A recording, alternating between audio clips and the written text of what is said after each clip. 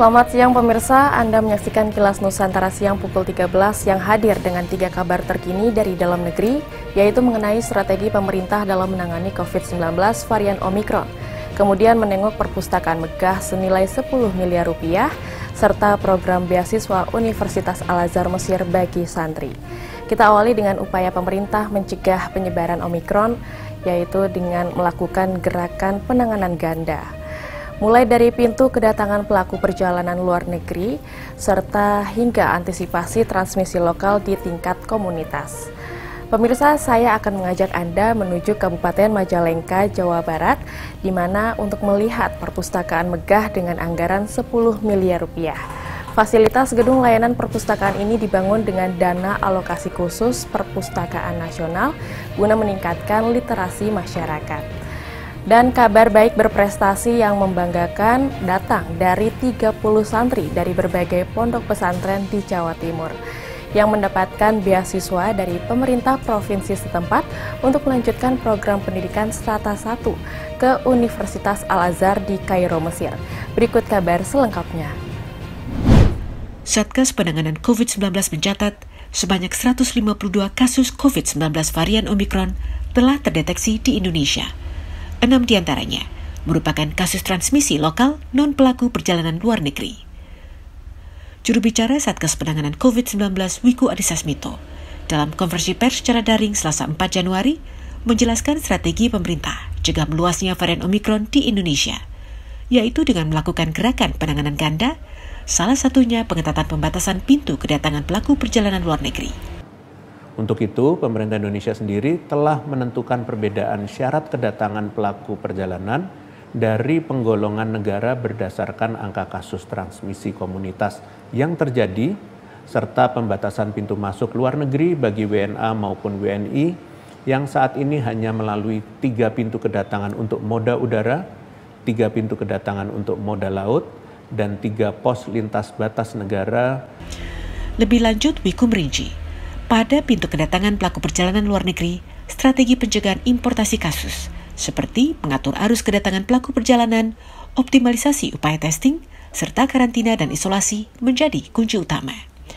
Di sisi lain, untuk mencegah transmisi di komunitas, pemerintah menyiapkan fasilitas kesehatan, penundaan serta pembatasan mobilitas, khususnya perjalanan lintas negara, pengetatan protokol kesehatan, dan peningkatan cakupan vaksinasi COVID-19, hingga meningkatkan tes dan penelusuran kontak erat pasien terinfeksi COVID-19, utamanya varian Omikron. Tim Kantor Berita Antara mewartakan.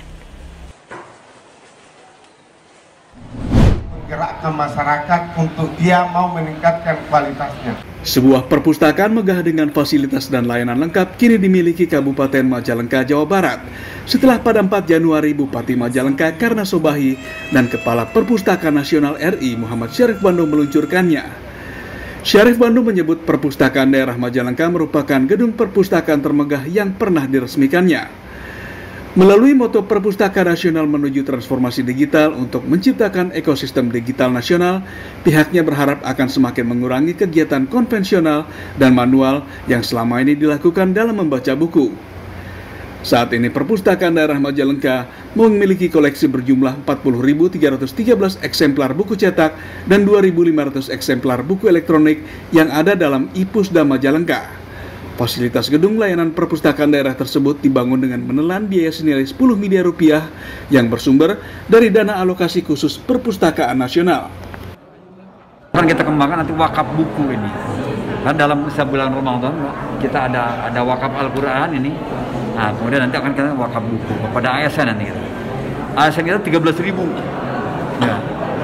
Kalau satu ASN 2 saja. Bahkan data dari APJI 272 juta penduduk, tapi handphone yang ada di tangan masyarakat hampir 300 juta lebih. Nah, ini kan strateginya tidak mengarah kepada transformasi digital.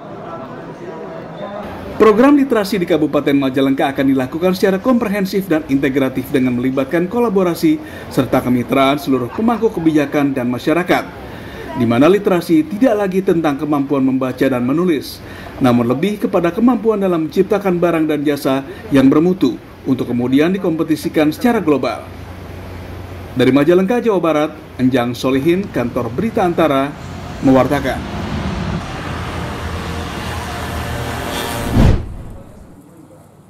Pemerintah Provinsi Jawa Timur membiayai sebanyak 30 santri dari berbagai pondok pesantren di wilayah setempat untuk melanjutkan jenjang pendidikan strata 1 ke Universitas Al-Azhar di Kairo, Mesir. Masing-masing mengambil program studi tarbiyah, syariah, dakwah, dan lain sebagainya. Puluhan santri ini menyisihkan sebanyak 210 peminat lainnya dalam program beasiswa yang digelar Pemprov Jatim tahun 2021. Gubernur Jawa Timur Khofifah Indar Parawansa melepas keberangkatan mereka di Gedung Negara Gerahadi Surabaya pada Selasa 4 Januari. Diharapkan, para santri tersebut nantinya tidak hanya menimba ilmu dan mendapatkan ijazah dari Universitas Al-Azhar Mesir, tetapi juga dapat mengamalkannya khususnya untuk pengembangan proyek Sister Province atau Provinsi Kembar yang saat ini sedang digagas antara Provinsi Jawa Timur dan Alexandria, Mesir.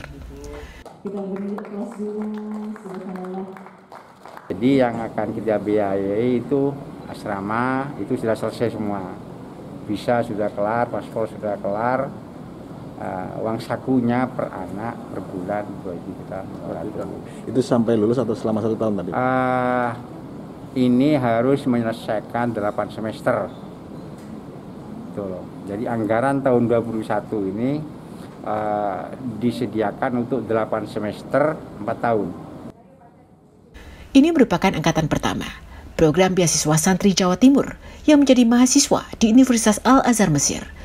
Ketua Lembaga Pengembangan Pendidikan Dinia LPPD Jatim, Abdul Hamid Syarif memastikan program beasiswa santri ke Universitas Al-Azhar Mesir akan berkelanjutan dan digelar setiap tahun. Untuk itu, demi menghemat biaya, pemerintah Provinsi Jawa Timur berniat membeli atau membangun apartemen sendiri di Kairo untuk pemondokan bagi para santri peraih beasiswa. Dari Surabaya, Jawa Timur, Hanif Nasrullah, Kantor Berita Antara, mewartakan. Pemirsa, terus jaga kesehatan Anda dan patuhi segala protokol kesehatan yang dianjurkan pemerintah agar penyebaran varian Omikron tidak semakin meluas di Indonesia. Nantikan kembali kehadiran kami di sore hari pukul 17 waktu Indonesia Barat dengan informasi terbaru lainnya dalam Kilas Nusantara Sore. Selamat melanjutkan aktivitas Anda, sampai jumpa.